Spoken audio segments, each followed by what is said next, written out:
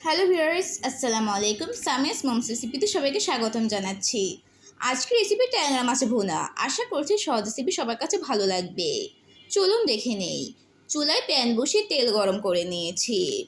আগে থেকে হলুদ লবণ মাখিয়ে মাছগুলো হালকাভাবে ভেজে নিব। এক পাশ হলে আরেক পাশ উল্টিয়ে পাল্টিয়ে ভেজে নিব।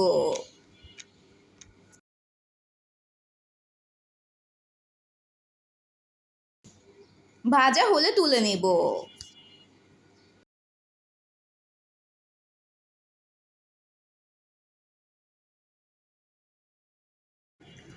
তারপর একই তেলে মাছ ভুনা করে নিব। দিচ্ছি পেঁয়াজ আর টমেটো কুচি। নেড়ে চেড়ে দিব 1 চা চামচ আদা রসুন বাটা।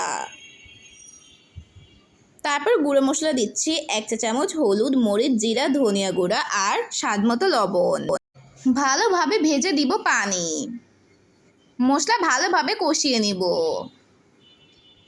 কষিয়ে নেওয়া হয়ে গেলে ভেজে রাখা মাছগুলো দিয়ে দিচ্ছি।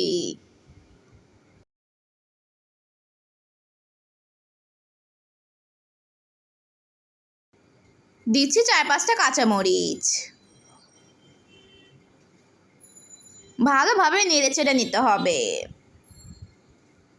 নেড়ে ঢাকনা দিয়ে ঢেকে দিব 2 মিনিট। ঢাকনা সরিয়ে নিচ্ছি ও হালকা নেড়ে দিচ্ছি।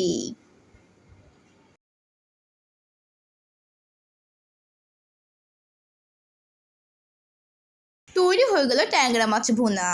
আশা করছি ভালো লেগেছে। এরকম সহজ রেসিপি পেতে চ্যানেলটি সাবস্ক্রাইব করবেন ও পেজ ফলো করবেন।